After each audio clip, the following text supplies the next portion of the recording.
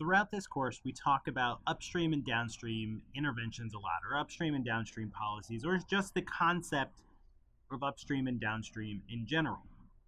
Well, how do alcohol policy interventions, addiction policy, actually map on to this upstream downstream concept?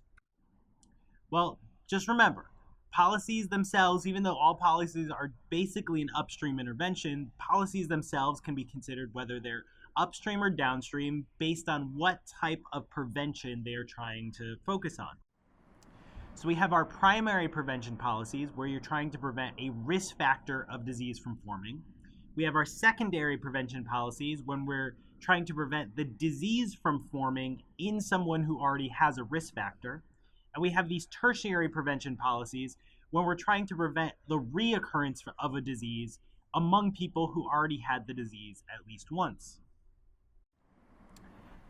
Now, there are a lot of alcohol and drug policies out there.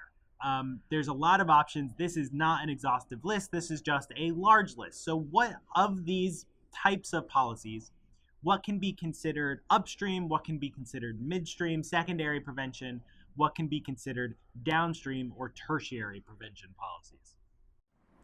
Well, remember, upstream policy options, we're looking for the largest area of effect.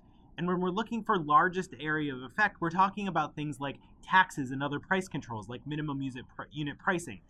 By increasing the price, we're going to affect product consumption, in fact, affect all risk factors, and affect all disease outcomes, health outcomes of using any substance. We're talking about regulating advertising for a substance, whether that's tobacco, alcohol, marijuana, pharmaceuticals. We're talking about regulating where and when the product can be bought and sold, whether that's on a daily basis, whether it's hours of the day, whether it's literally physical locations. It's just regulating the industry. And then when we talk about pharmaceuticals, we're regulating who can actually produce, who can actually sell, and who can actually prescribe the drug. So these are really focusing on the products before the consumer actually can even touch the products.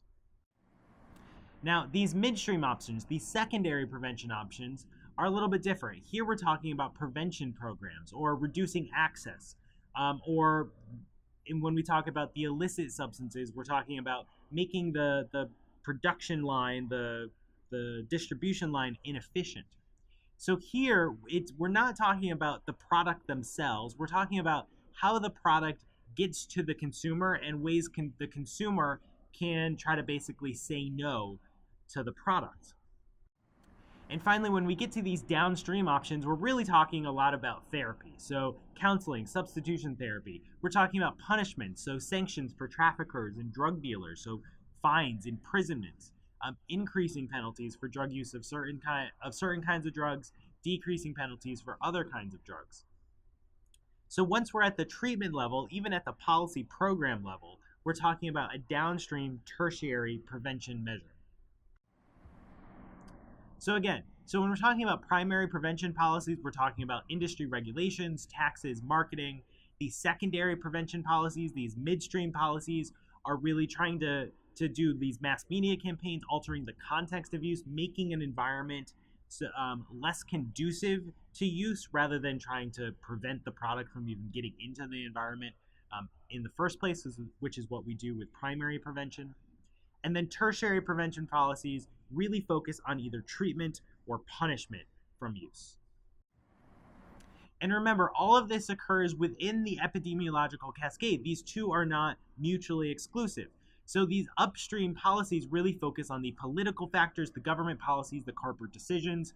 The downstream measures really focus more on product consumption and disease outcome. And these midstream interventions really focus more on the pressures of the environment and those sales pressures that the modified environment causes. So we have a relatively good correlation. Upstream policies impact political factors, government policies, or corporate decisions. Midstream policies impact the corporate pressures on the environment, the modified environment itself, and then sales pressures. And then downstream tertiary prevention policies focus on product consumption and disease outcome.